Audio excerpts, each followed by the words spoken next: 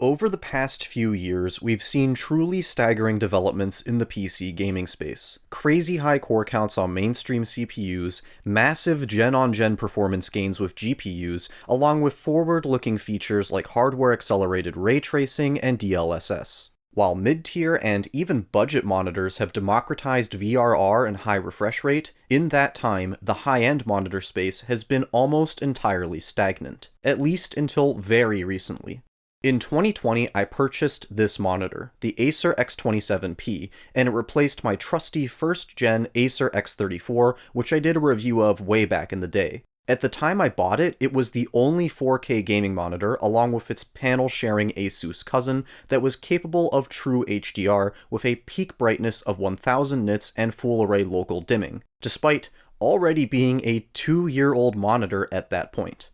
4K and true HDR, along with a high refresh rate and VRR support, are what I consider to be key features for any next-gen display, be it a TV or monitor. In the TV space, these features can now be had in easily accessible, reasonably priced packages, namely LG's fantastic OLEDs. But when it comes to monitors, local dimming still remains elusive at best, with new mini-LED equipped monitors going for well over $2,000, which puts them firmly in the world of giveaways and YouTube showcase videos. That's why I wanted the X27 so badly at the time. Nvidia's 3000 series cards were on the way, and I was craving 4K and HDR, and I also knew that a $3,000 mini-LED panel was just not in the cards for me.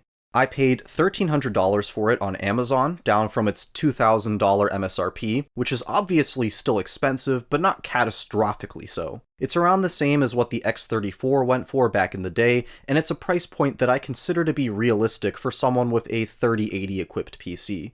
While the X27's local dimming implementation is primitive compared to Asus's $3,000 monitor, it's still the same technique, and in my time using this, especially alongside the LG OLED, I've become acutely aware of how this tech works, and I feel it's given me a good idea of what to expect from high-end LCD panels going forward. So I wanted to use this video not only to review this specific monitor, but to also share my experience with the next-gen feature set that high-end enthusiasts will be wanting. Getting it out of the box, I was pretty impressed by the build quality, at least by the standards of gaming monitors, which is an important distinction. It's sturdy, the plastics and textures used all feel good, and there's barely any glossy surfaces to be found. Compared to a lot of other gaming monitors, including the Asus version, the design here is very restrained, looking more like an LG Ultrafine than something you'd see on a Twitch streamer's desk. The only things that would tip you off are the Predator logo on the chin and the ambient lighting on the bottom and rear, which can be customized or disabled outright. Also included are these horse blinder-esque flaps that can be mounted on the side. This is the kind of thing you'd see on something like a professional reference monitor to help with glare. I don't imagine many people would use these on a gaming monitor, I know I'm not. Moving on to the back, you'll see the infamous fan. Go on to any review of this thing and look into the comments, you'll see that everyone is talking about the fan, and that's fair. A fan in a monitor is far from desirable, and it's something that I was concerned about. I would say I'm moderately sensitive to sound, at least enough to be one of Noctua's top customers. I've had this thing on my desk for long enough to say that I really can't hear anything out of it during normal use. If there is any sound, it's completely drowned out by my PC and other ambient noises, and when I'm playing games, even in HDR, which is like the worst case scenario, the sound of the game and my GPU is far louder than whatever that fan is doing. As for video inputs, you only get two. One DP 1.4 and one HDMI 2.0, the latter of which is limited to 60 Hz. I don't know why, but pretty much every gaming monitor I've encountered or researched has this issue where only one video input is capable of fully utilizing the spec of the display. Thankfully, it does play nicely with consoles and properly supports HDR, though you will obviously not be able to take advantage of games supporting 120 Hz. You might have noticed that this has the joystick or nipple to control the OSD, which is a substantial improvement over the raw dog buttons-only setup from hell that was on the X34. From what I've seen in videos, the OSD itself is not as nice as what you'll find on the Asus version, but it is easy enough to get acclimated to. While I'm on the topic, I did want to mention that this shipped to me with overdrive on. I've heard this feature praised on other monitors, but for me, on this one, it was so bad that I thought something was wrong with the panel, so my recommendation is to turn that off. Overall, build quality here is good. It could absolutely be better though, especially for the MSRP, but it's a definite improvement from what I'm coming from, and unfortunately, it's just kind of how it is for these gaming monitors. None of them really instill the feeling of a premium product. I will say that considering the spec of this monitor, with its local dimming zones and fan, it's actually reasonably thin and light for what it is.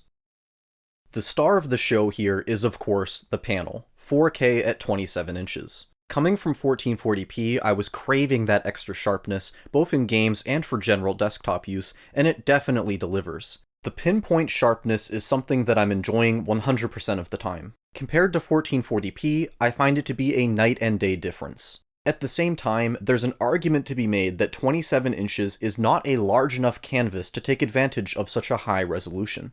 For some reason, a lot of 4K gaming monitors I've seen are 27-inch, and I have to say that my conclusion after 2 years is that 32-inch would be the ideal size for this resolution, as you'd be getting a nice bump in screen real estate, yet still maintain a slightly higher pixel density over 1440p 27-inch. I don't hate 4K 27-inch, but even with aggressive scaling settings, I still find myself missing the physical space I had on my old ultra-wide for general productivity use. As for 4K in games, it's not a popular resolution just yet for PC gamers, but it is the target or reference resolution for the next-gen consoles, and as time goes on, I'd imagine that 1440p will become the new 1080p, while 4K becomes more of a standard for high-end 16:9 monitors. The density and sharpness of what you're seeing is amazing. You get this really clean image. It's like cleaning off your glasses and losing the blurriness. Even up close, individual pixels are not that visible. This is enough resolution to stop thinking about resolution. As you'd expect, the latest and greatest AAA games look amazing in 4K, with their high detail assets that were made to hold up to the scrutiny of such a high resolution.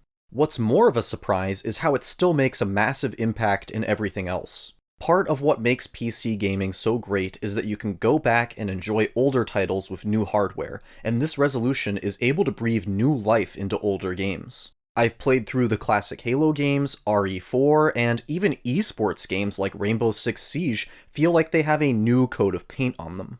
It's an extremely noticeable step up if you're coming from 1440p, and even after all this time, the effect has still not really worn off on me. So all that's great, but if you're like me, anything below triple-digit refresh rate is out of the question with a mouse and keyboard.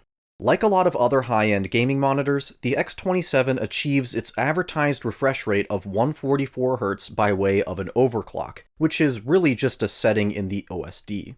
This was the main point of contention when it released. DP 1.4 doesn't have enough bandwidth, and this monitor doesn't have support for display stream compression, so it has to resort to the much dreaded technique of chroma subsampling, which is decidedly unpleasant. Effectively then, it's really only 120Hz. However, I don't find it to be an issue because A, 120Hz is my personal sweet spot, and B, there's not many games that can manage 144 FPS at 4K anyway. Which leads us to the next point. Is this even a realistic resolution target?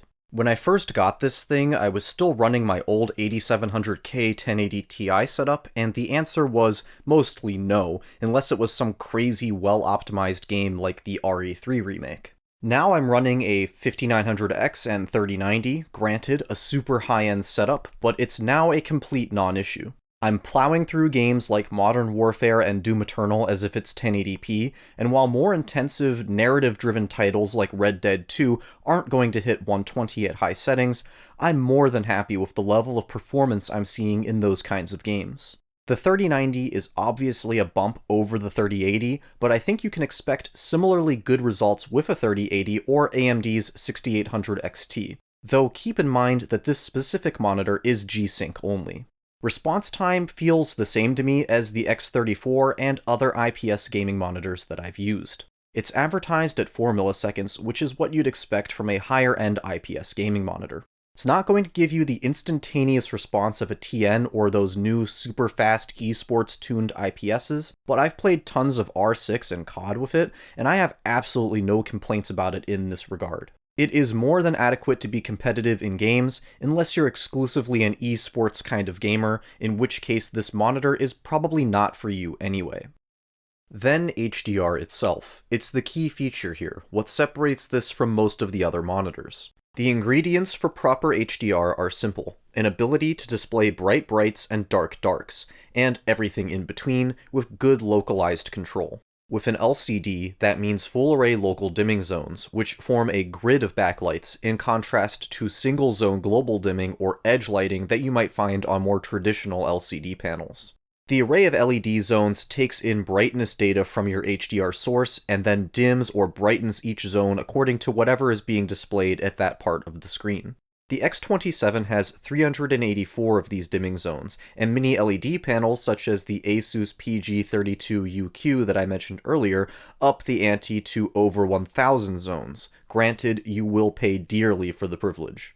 So then, how is the real deal? This first-gen implementation of full-array local dimming found on the X27 is both impressive and, honestly, at times, very disappointing. In bright scenes or even medium-lit scenes, it looks pretty great, maybe even a little brighter than you'd like. However, in darker scenes, the limitations of the 384 dimming zones are quite apparent. In a game like Resident Evil 7, which is extremely dark, the zones are just too big to properly display small light sources without bloom or haloing artifacts.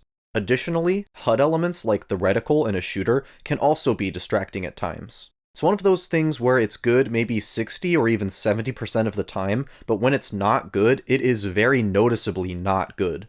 Now, I will say that the footage here makes it look worse than it is. I use an iPhone to make these videos, and while I've tried to adjust the settings to compensate, HDR is just way too bright for this camera, and it results in footage that makes this thing look dreadful. The blooming is bad, make no mistake, but it does not look quite this bad. While it is exaggerated, this footage can still give you a feel for how the zones work, and how obvious the transition points are in a very dark setting. If 4K is like cleaning your glasses, these bright spots are like your glasses having bad glare.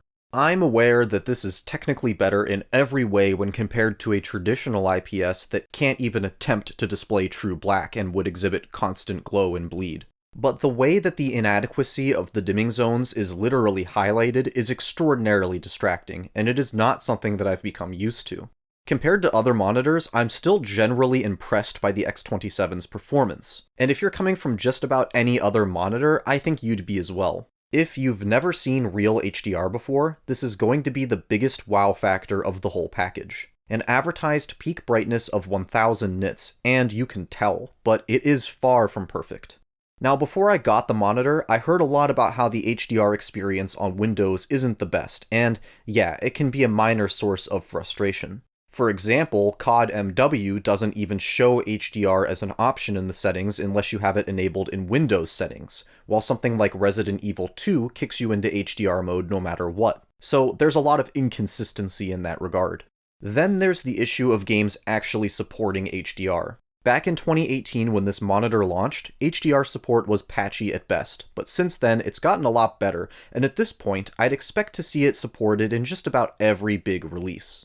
However, just because a game has HDR support doesn't mean it's good. A lot of games will ship with broken HDR or just SDR in an HDR container. When it's done properly though, HDR is amazing and pretty decent on this monitor. While it frankly struggles in dark and even dimly lit scenes, it's still way darker than a normal LCD, and the extreme brightness is able to add this layer of realism to bright light sources in games. And it's not just the brightness either. HDR is able to exploit that extra color gamut that's just left on the table in SDR mode, and it makes games pop in a way that I hadn't experienced prior. Something like Battlefield 5, while definitely not my favorite game, has great HDR support, and the color grading is completely different. It's like seeing the game again for the first time. Then there's Doom Eternal, an excellent showcase for the next-gen feature set. It's a game that can easily run at 4K 120, and it comes to life with its vibrant color palette in HDR.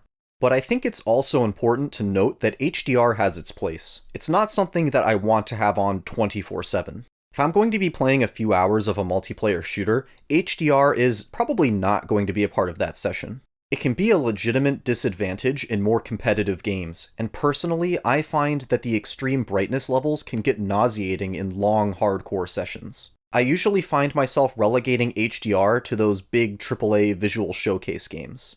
The other thing to note is that use of the dimming zones as well as the wide color gamut is not limited to HDR. There's this setting, SDR variable backlight, which is sort of like HDR light. What it seems to do is just enable local dimming, and with that you get dramatically better contrast in black levels, which comes at the cost of some minor haloing and artifacting, but I would say leave this on 100%. It looks way better with it on.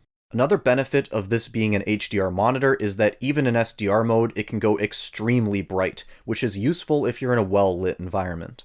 This is also a quantum dot display, and it's capable of coverage beyond sRGB. Now, as far as I can tell, feel free to correct me if I'm wrong, Windows 10 in SDR doesn't seem to detect that and manage the extra color gamut properly, so you end up with these punched up neon colors. In particular, reds and greens really stick out. If you've ever seen a Samsung phone with an OLED display in a store or out of the box with default settings, it's that kind of exaggerated contrast and vibrancy. Whether you like that or not is personal preference, but if you don't, or you're doing color critical work, you can limit the display to sRGB in the OSD, and get what should be, at least according to the calibration sheet included in the box, very accurate coverage of sRGB. Overall, the color reproduction and overall panel quality of this blows away the X34, the LG 27 GL850, and any other gaming IPSs I've spent time with. So, in spite of the very glaring shortcomings, I was generally positive about this monitor, at least until I got myself an LG OLED. It delivers everything the X27 offers: 4K, 120Hz, proper HDR, and even G-Sync support, but instead of dimming zones, which just seemed to me to be an inherently compromised concept, you get this otherworldly OLED panel with none of the haloing issues and near instantaneous response time. I got the 55-inch C10 a few months after I got the X27, and I was just beyond impressed. It solves all the issues I had with the X27, and then takes general image quality to the next level. It has to be the best picture I've ever seen, and the only thing the X27 has over it is brightness. OLED still can't match the absurd amount of brightness of the best LCDs, but at around 800 nits peak, and with basically flawless contrast, I honestly don't care. The only issue is that while the C10 plays nice with 30 series GPUs, it's not a monitor, and while many have taken to using the smallest 48-inch model as one, it's far from ideal, and even with the new 42-inch, I still wouldn't consider it for that application personally. However, if you can pull it off, both in terms of budget and space, I would get a more reasonably priced mid-tier gaming monitor, maybe a 1440p IPS, and then get an LG OLED to use as a TV, and play all your high-end AAA HDR-capable games on there, and then you have the monitor to fall back on for desktop use and games that make more sense to play on a desk. This would be my current recommendation to people looking for the best high-end gaming experience, because LG OLED is just too good to pass up, and while it's still expensive, I've seen it go for less than what I paid for the X27 and less than half the price of the crazy mini LED stuff. So here's the final verdict on the X27. It looks better than at least 90% of what you're going to see with gaming monitors, and while it's clearly a first-gen implementation, it has proper HDR support, which is a big deal. But most of that just comes down to the fact that there hasn't been a lot of innovation in this segment, so what you have here is something that when compared to other monitors is great, but when compared to something like the LG OLED, cannot compete. Remember, this is a 2018 monitor. It should not be at all relevant, but somehow it is. The value is also not there, both with the X27 and its more recent and far more expensive mini LED successors. And even money no object, I'm just not sold on this local dimming tech. I own the mini LED iPad Pro that has over 2,500 zones, and even that doesn't seem to be enough to overcome the blooming and other undesirable effects that are a result of this backlight setup. The only way I could see myself recommending this monitor or one like it is if space is a bigger constraint than price. It looks as good or even better than many LCD TVs, and combined with a console or Nvidia Shield, this could be used as your only display if you live in a dorm or other shared living situation where a TV is either not feasible or is in a public space. You'll be getting a relatively high-end HDR LCD experience just at a small size. In regards to the feature set itself, 4K 120Hz is excellent. I recommend it. It's a massive upgrade over 1440p, even in a monitor-sized package, and while I don't hate 27-inch, 32-inch makes more sense, and if given the option, I'd go 32 every time. Prior to this monitor, I had zero experience with HDR, and I can now safely say that when the game or content is mastered properly, HDR is a game changer and not a gimmick. However, while most games that you'd expect to have HDR are shipping with it these days, the implementation can run the gamut in terms of quality from title to title. And even when it is good, it's not something that I want to be using 24/7 in every game.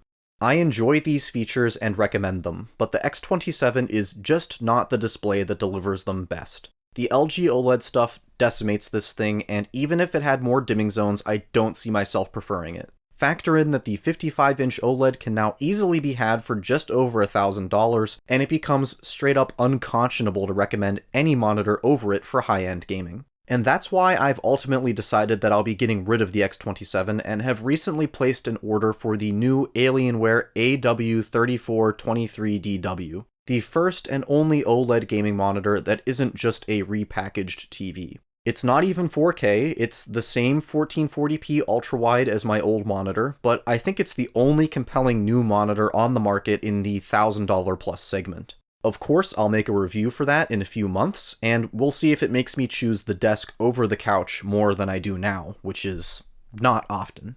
I hope we can expect to see more compelling options like this, because the gaming monitor scene is such a disappointment after you leave the mid-range. The X27 was the uncontested high-end king for nearly 3 years, and now, well over a year since the launch of 4K class HDMI 2.1 GPUs, we should be spoiled for choices that make the X27 feel like a relic. But instead, we get hyper-niche form factors, bizarre compromises, TV-sized panels, astronomical price tags, or some combination of all of the above. Today's PCs are incredibly powerful, and it's finally time that we see better, more reasonable monitor choices that can take advantage of that power. If you enjoyed the video, likes and subscriptions help a ton. As I mentioned, my Alienware QD OLED is coming within the next 2 months. I'm really excited to see how that pans out, but until then, thanks for watching.